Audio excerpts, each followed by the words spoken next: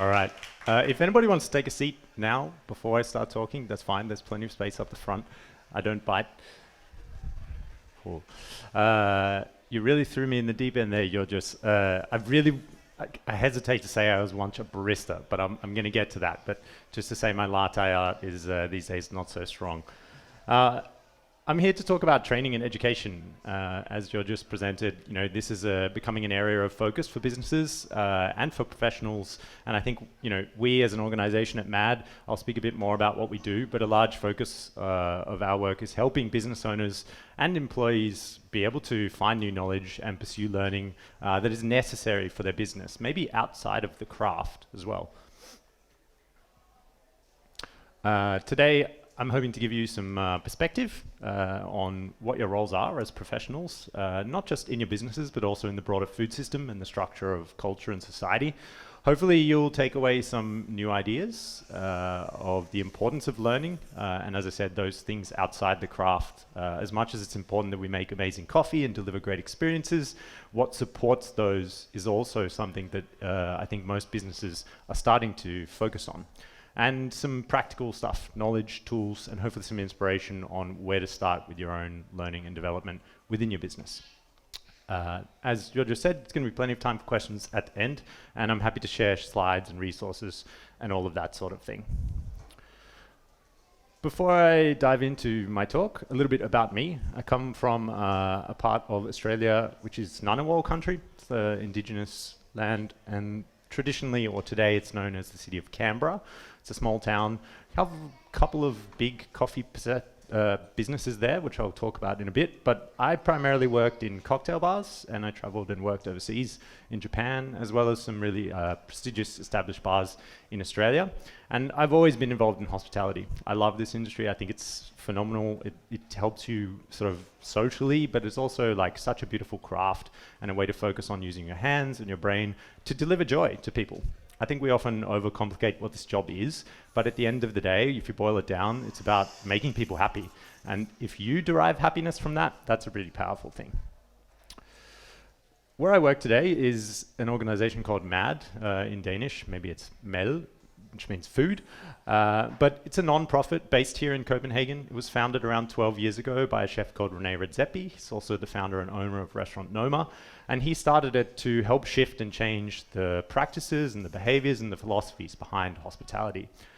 Today, we run multiple types of events. We provide education and training to business owners as well as individuals. And we're really trying to help hospitality reach its potential to provide both like leverage and influence on how we eat and how society works and deals with food.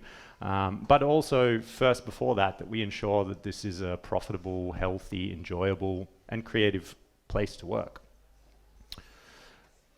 I've told you a little bit about me, but I'm kind of curious about you. I would like you to put your hand up if you, in your hospitality career, have ever received like specific training on leadership, financial business management, or environmental sustainability. Cool. We're looking at about 5 hands out of maybe 40 people for the audience, and that's very normal. That kind of gives me some faith that what I'm going to talk about is going to be important. And for those people that had their hands up or maybe run businesses, can you put both hands up if you actually sort of run training for your teams? There's 1 guy, 2, 3, 4. Okay, 5. So yeah, this is very normal, and I think that's sort of like a good indicator of where our industry sits and gives us a lot of a baseline for where to move from in terms of developing education and training. To set the scene, we work, as I said, to try to shift the potential of hospitality and use it as leverage to affect the broader food system. You can see the demand placed on professionals in hospitality, and the interest in food and coffee is growing dramatically. Coffee consumption has doubled in 3 decades, and the waves of coffee, each of those has introduced different demands. I'll speak a little bit about that in a moment. But we also know that the damage that this does through our agricultural system and our practices within our business is dramatic. This is a great simple graph, but accounting for 1/4 of the greenhouse gas emissions, 50% of the world's land use, and many other impacts, including biodiversity. And this all comes from what we do in coffee, in restaurants, in bars, and also in the food that we consume as private individuals.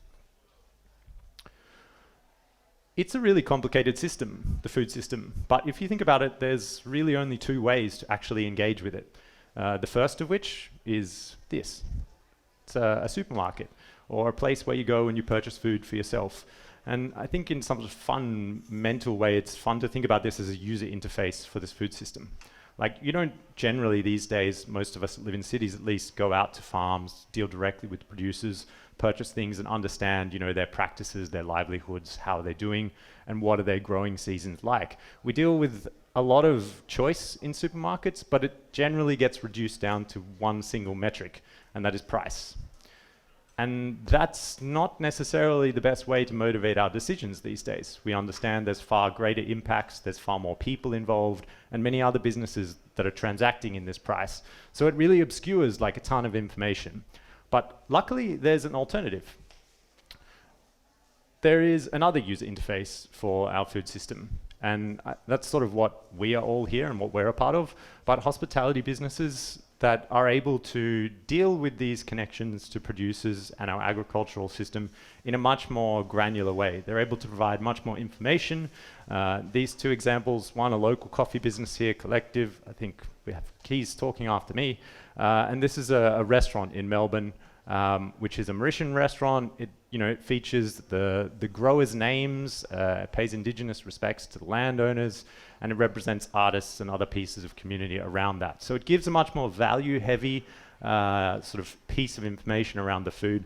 And at the end of the day, you're dealing with someone who's trained and sort of taught to represent those things. So there's much greater detail there. So we have demand, and then we have the damage that we're doing, and then we also have like development of our industry. In this case, I grew up enjoying this delicious looking cappuccino on the left here. So maybe that's a sort of second wave of coffee, something that represented like an ease, an approachable and accessible commodity, but also something that was like basically derived down to sort of like a hit of caffeine that everybody could get. It was about volume.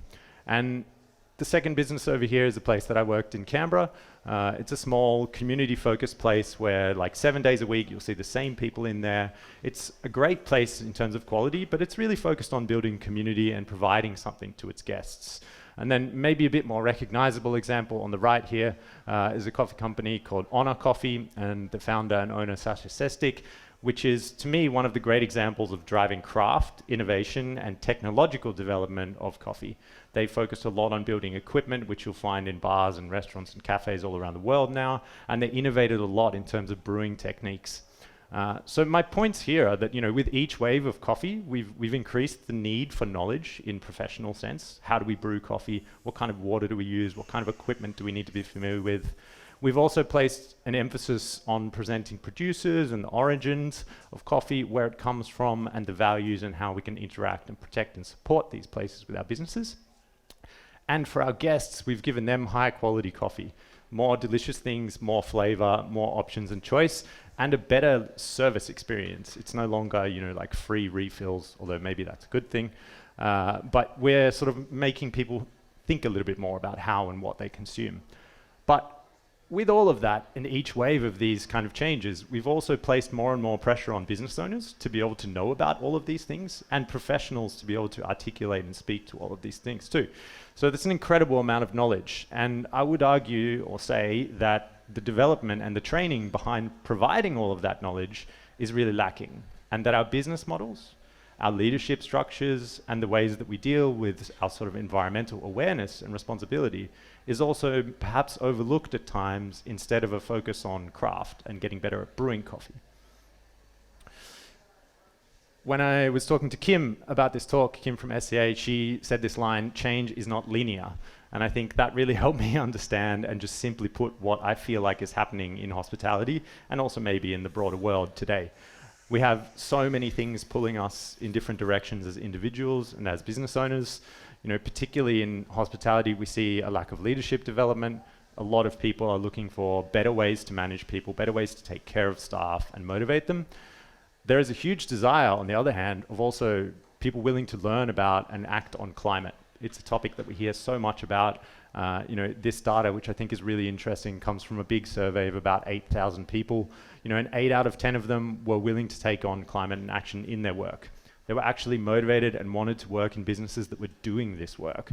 But unfortunately, many of them were not aware of what their business was doing. And I think that's very fair. A lot of this is new required change and new required knowledge, but it does demonstrate why there's a need for training and development on these. And of course, in terms of caring for ourselves amidst multiple crises and challenges, we all feel a mental load these days. Our jobs shouldn't be places that add on to that. They should give us purpose, they should reward us and connect us to people that we can support and derive support from as well. So we sort of understand the status quo there, and as I said, our organization is working to support and shift this. And I want to make really clear, I'm not trying to point blame at people here or call out business owners for failing. I think in our industry, hospitality specifically, there's a real big lack of resources. There's a lack of training and development, as evidenced by the amount of people that put their hands up here. Very little of us receive proper training or know where to look to get it. And this is a great quote from it's actually from the Archbishop Desmond Tutu, but I stole it from a friend of mine who runs a restaurant. And there comes a point where we need to stop pulling people out of the river and go upstream to find out why they're jumping in. And this was the motivation for us to, in a sense, build a school to train and provide education to hospitality professionals. When you build a school for hospitality professionals that doesn't teach cooking or how to make coffee or how to pour wine, there are very few examples. So we looked far and broad and into some sort of odd locations for inspiration there. And I pulled these out because they're the ones that I sort of feel the most connected to in our work. On the far left, you have Hogwarts. Education should be magical, it should be transportive, it should be fun. I think a lot of education is delivered in really heavy-handed ways and it feels like an obligation, but that's not really necessary. We all know how good it can be and how memorable experiences that make us happy are. On the next one over, the big cross there, that's the John Paulson School of Food Technology at Harvard. So academia, research, and sort of real structured scientific knowledge is also necessary to inform our craft. We see that movement happening in coffee, it's happened in food and in beverages as well, but I think we need to be a little bit more hands-on with our data and understanding what actually goes on behind things when we're brewing coffee or when it's grown. Red Bull Music Academy, to me, it was a project that demonstrated mentorship.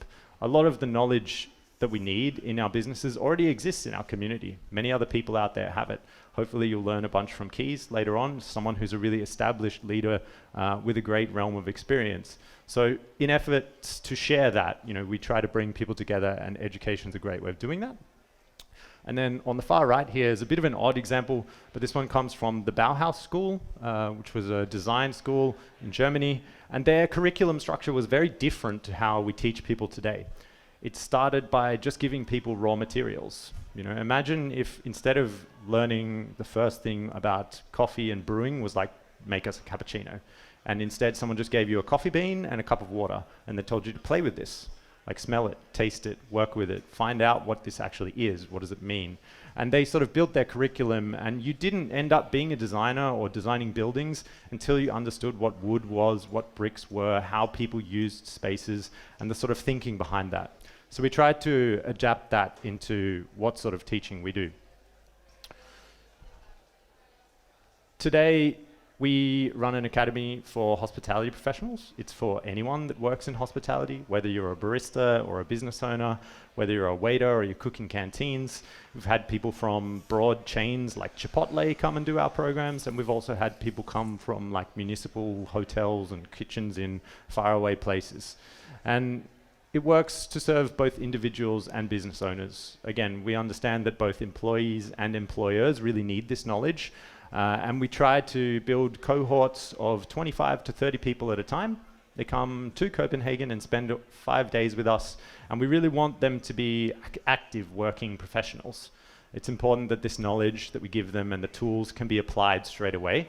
So it's okay if you're unemployed, but we really want you to come here with a job, go back, and immediately be able to change things, to improve things.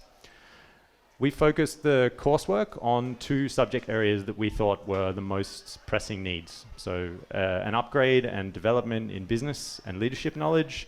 You know, that can be things as fundamental as understanding who you are and your own leadership style, but also like goal setting and dealing with things like income statements, balance sheets, costing, managing inventory, these sort of very practical matters that hospitality has to deal with. And on the new sort of knowledge side, I think environment and sustainability, we're all feeling this pressure now to be able to make better choices and to be able to do more in terms of climate when it comes to our work. But like, where are we meant to know where to look or where this knowledge should come from? I didn't grow up with an environmental step of thinking in my decision-making process. You know, I have to put that in place now when I go and buy something, when I book a holiday or when I purchase a coffee. I have to be like, oh yeah, this is not just about price or how I feel. There's also this other factor there, like what is this doing to our planet? And as business owners, it's very complicated to deal with that. You know, you have so many different inputs and pieces of data that you need to look at. Other than this, you know, we try to do this with hospitality at its core. It's very fun, it's engaging, and we really think the community aspect, bringing people together and a global network is very important there. This is a little bit what it looks like. You know, as I said, we teach anyone in hospitality, so we try to build sessions that are useful for everybody, whether you're a barista, whether you work in wine, whether you run a kitchen. The knowledge provided is fundamental and provides an introduction to topics as well as some sort of deeper specialist knowledge. It takes place here in Copenhagen and Denmark because this is where we are. We know the town very well, and we think there's like a tremendous amount of good examples here and a lot of fantastic businesses that participate and support our work. And we run these courses throughout the year, as well as working directly with businesses based on their time and their needs in sort of customized programs. So if you want, you can come to us and we'll try to do something that suits your needs, or we can come and visit you as well. We designed this sort of with the idea of like a tasting menu of knowledge, of tools and ideas. You know, as I said, we wanted it to be surprising. We wanted it to be a challenging moments where you were not familiar with things. But underlying all of it was a need to present, these sort of 4 key pillars. So fundamental knowledge to enable better decision making and to excite people. Tools to be able to directly go and change things. You know, if you're unsure how to cost a dish or what the carbon footprint of your milk is in your cafe, we want to ensure that the next day when you return, you can actually figure that out. And then you can share that with your team. So it needs to be practical and useful. And then, mindsets and narrative change, you know, encouraging people to see what is possible. There's a lot of negativity around change these days. And I think a lot of that comes because people just say that it's not possible. But if you show them proof, if you show them a case of someone actually doing something, for example, my friend who provided this quote, he runs a restaurant that doesn't have any bins. Like there's not a single bin in his restaurant. They don't throw anything out at all. Just think about that. You know, it's an encouraging and pretty inspiring example to think about what might be possible when you learn about these sorts of stories. And that, you know, we often are too alone in this industry. Whilst we call it a family or a global community, I think too often we're separated from our peers. And I think actually coffee is a fantastic example of community. Like you're all here, sitting here today, putting a vote forward that you want to learn, that you want to develop and grow, and you want to do it beside these great people. And I think that's a really important piece to call out and to celebrate. So I give a lot of credit to SCA for doing this and sharing the knowledge that way. And lastly, you know, that it comes from hospitality.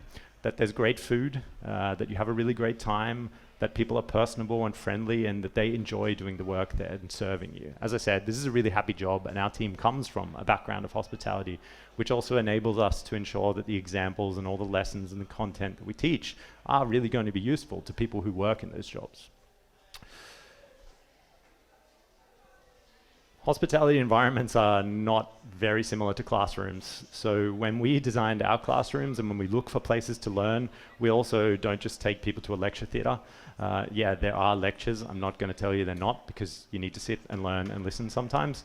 But you should also go out and experience things. These are 3 examples. On the right is basically a large freezer for ice cores. It's where Greenland ice cores are transported to Denmark and stored. So you can look at like millions and millions of years of climate history there. And these people are all actually visiting an ice sheet using VR goggles. It's a very cool, very inspirational and evocative way to sort of learn about climate. The middle picture is the inner workings of the large Copenhagen trash incinerator called ARC. You might know it as Copenhagen. You can ski on the top of it. But it provides the energy and heating for the entire city of Copenhagen. So it's a really interesting place to see the perspective of like how trash gets dealt with and what, when you throw things out, is actually going to happen to them. And then on the right, we look at agriculture and we often think of like farms or fields. I suppose in this industry, you might think of a coffee plantation or trees growing in a rainforest. But this is an example of other agriculture. This is seaweed.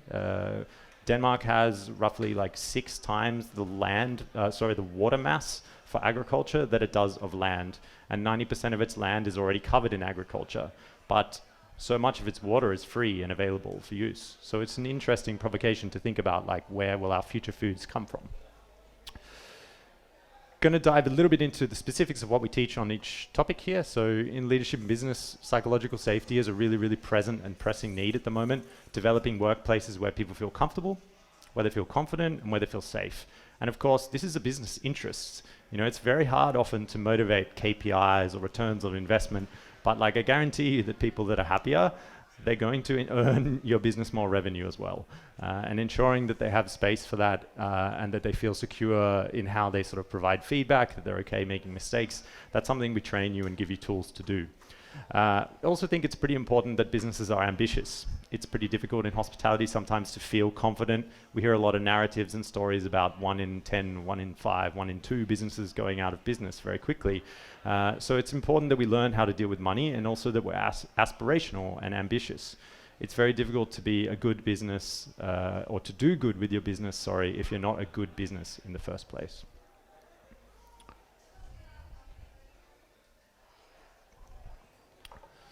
When it comes to environmental sustainability, we really tried to drill down into practical ways to address this. Whilst we all might know that our carbon footprint is a thing, we often don't understand where its biggest sort of toe is, I guess. That's a pretty weird example, but giving you ways to deal with like the actual impacts of what milk you use, what cuts of animal you serve, where your vegetables come from, how far they travel to get to you, all of these things, and also ways to communicate about them. This is an example of a goal setting tool. So it's a structure for people to be able to build and communicate goals with their teams, rather than having your business owner come to you and say, from tomorrow, we're only serving this milk. They can actually build a structure and a strategy behind how they're going to share that with you, explain to you the reasoning behind it, and give you some idea of what the results will be. And on the right is a carbon calculator. So instead of calculating the price of a dish or a beverage, you instead put the ingredients in here and it tells you the carbon emissions of that dish. It's based on a large scientific database, but I mean, rather than fishing through all of that, we just tried to make it really simple and really useful for people to be able to use practically.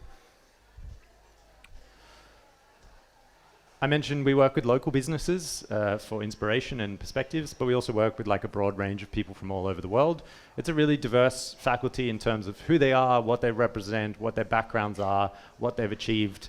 It's really not just about bringing famous people, but people who've demonstrated making conscious choices in their careers, that they've decided how they want to run their business and that they've managed to achieve that, maybe against great challenges or outside of what people told them would be possible.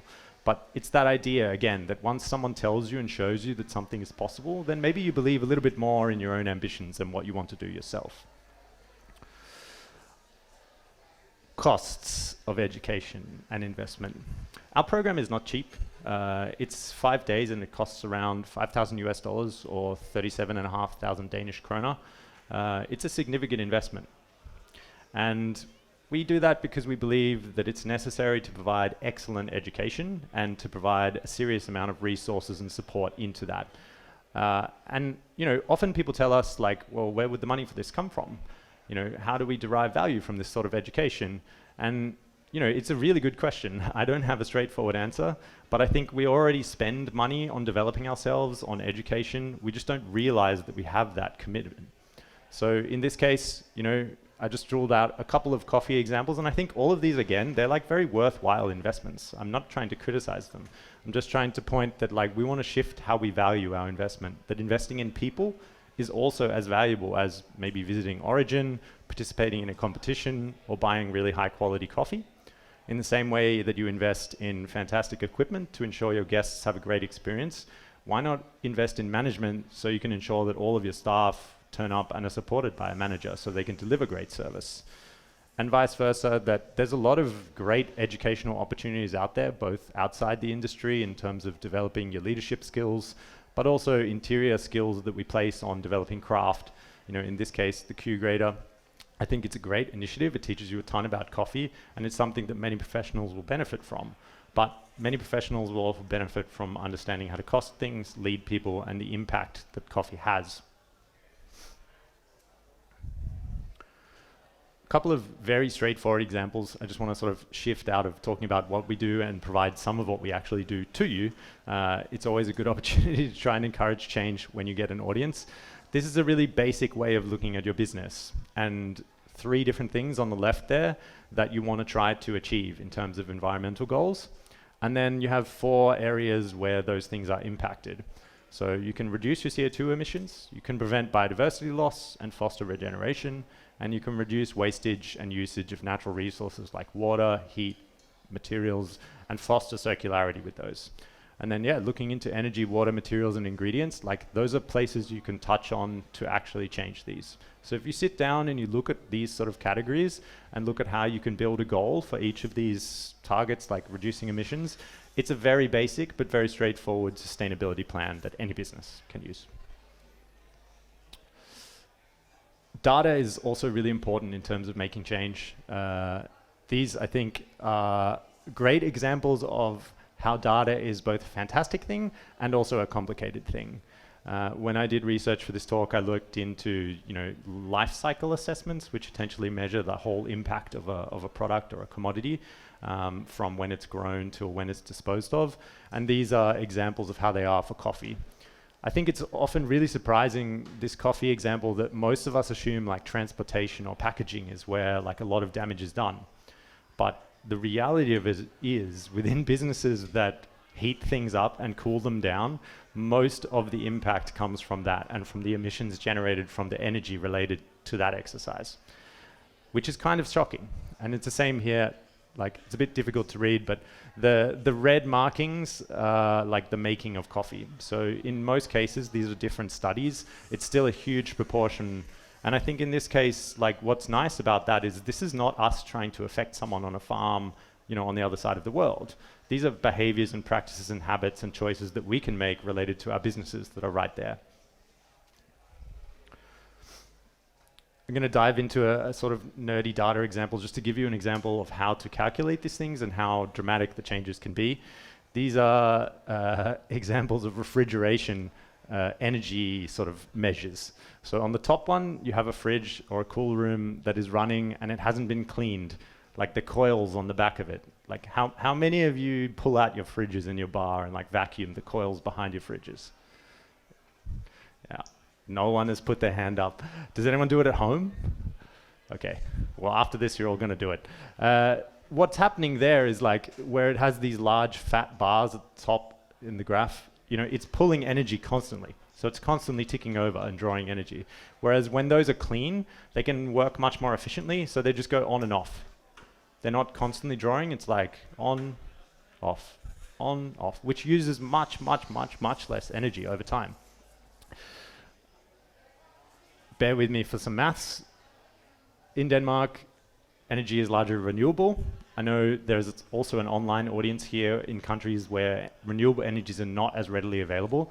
But of course, if you can use renewable energy, that's the number one thing you can do as a business. Otherwise, if you're paying for it and it comes from unrenewable sources, we understand that. The costs of this, if you add it up over what a business uses, I spoke to a couple of local coffee shops and benchmarked this. And, up to 50-60% of the energy used by a cafe comes from its espresso machine in heating water and its fridges in cooling down milk or other beverages. It's quite shocking. And about 40 kilowatt hours a day, which turns into 14,500 kilowatt hours a year. If we convert that to carbon emissions, that's about 6,000 kilos of carbon, which is equal to 10 barrels of oil, a year's worth of petrol driving, or 1.6 tons of recycled waste that is prevented from going to landfill. These are pretty significant amounts of things. And I think a lot of people are motivated on climate, but also a lot of people are maybe not there yet, or business owners have many other pressing concerns. But I know that all of us care about money. Maybe fortunate, maybe an unfortunate part of the world. But if you take these examples and you put them into a monetary sense, it's about 31,000 Danish kroner a year that this business spends on running those pieces of equipment. And if you take the steps that I said, if you clean behind your fridges, if you vacuum those coils, and if you address like mineral buildup, basically, you know, we live in Copenhagen here. For those that don't know, you get a lot of this white calcium building up on your induction coils, also in your dishwashers. 1 millimeter of that prevents 5% of that unit's efficiency. So if you don't clean it off regularly, it's going to cause your machine to draw more and more energy to heat the same amount of water. This also happens in your home. So if we do that and we take these and we say combined, they could prevent 60% of our energy waste. And then we turn that into money, it's around 19,000 kroner a year. If you do this for 2 years, then you can pay someone to come to our program. But you also save a hell of a lot of CO2. And you know, maybe there are about 100 people out here or 100 businesses that are going to watch this and take these steps now. And you're also going to do this at home. And if you do that and you add it up, it's 1.9 million kroner. And that's a serious amount of money. But it's also a serious amount of savings in terms of carbon emissions. And like, it's not a lot of behavior or a really difficult thing to motivate to just do that every week. Just pull them out, vacuum behind the fridges, boom, put them back in. You'll see these savings, and you'll also be doing passive good for the environment. And I think these sort of very simple, very basic kind of upgrades to our practices and behavior, they're the sort of things we teach and encourage, because it doesn't have to be grand. You don't need to be a restaurant or a bar without a bin. You just need to do lots of little things like this. We've derived a good amount of impact and data from our studies. We've had about 800 people come through these programs, and a lot of them come from many different countries from all over the world. The results have been incredibly inspiring and really, really satisfying and exciting for us. People are able to go home and make choices about their suppliers. They're able to motivate behaviors around equipment use and basically improve their environmental footprint of their entire businesses. They're also able to teach other people these practices, which increases the effect and that sort of ripple on movement of who can do this and who's able to do it. And I think, like most of us understand, in hospitality, it's very much like an industry where practices are kind of like passed along. And whilst a lot of maybe bad or just not good practices have been passed along over the past few decades, if we put good practices in there and those get passed along, that's also going to make better use of that kind of system. You know, some food for thought for how we all fit into this individually. Like I said, you know, I want this to sort of serve both employers and employees. I don't want to necessarily challenge either of those parties. I think they need to work together. But it is also really clear when we speak to people, you know, that support from colleagues is the number one thing they need in terms of making change in their business, and that the sort of mandate or some support from their business owners is also really, really critical. After that, of course, comes financial needs and participation from other stakeholders like suppliers. But I think, you know, these examples and showing people the impact of their work is a really great way to motivate anybody to see the potential in this. I'm going to begin to wrap up. But as a brief summary, I really think like this is how we view this, and I hope you take these things away from it, is like embrace making change. I just had a conversation with a friend, and I know how sort of hard it is to feel good about doing positive things these days when there feels like so much is crumbling. But you know, you kind of had a choice in life. When something is difficult, you can either do something about it or you can leave it. And I think most of us now, we turn up to work wanting to do things better and wanting to improve. Development is, you know, something we all crave, but change is really hard. Look beyond the craft of coffee. I understand this is a really great, exciting industry to work in for all of the things and the benefits that come from that. It's super fun to like nerd out about where your beans come, how they're macerated or pulped, or what this farmer and producer is doing, what kind of new equipment we have or spinny thing we put over our coffee to make sure it's extremely even before we press it with another machine that we just bought. All of those are really cool. But so is like being able to make enough money to pay people so they can like get a mortgage. And so is ensuring that they have a work environment where they feel satisfied every day and motivated to serve the guests that come in there, and that they can also educate and make choices on behalf of those guests that reduce the environmental impact of those people. Invest in people. Apply creative and hospitality knowledge to your learning. It doesn't all need to be like, hey guys, we've got 10 books for you to read. read these and come back and tell us what we should do. Like, make it fun, come to things like this, have a sustainability party, I don't mind, go and visit producers, like keep doing these practices that are existing, and invite other people, knowledgeable people. Maybe some of your guests know a lot about climate or sustainability. Ask them what they know, and if they're willing to support or help you. Many of them will be. Data and metrics, I think a simple way to explain this is you can't improve what you don't measure. And if you measure, then you can compare. And if you can compare something, then you can improve it. It's very straightforward. But I think applying into these can be as basic as reading some of your invoices, looking around for a couple of research papers online. It's super straightforward, and there is a lot of ready information out there.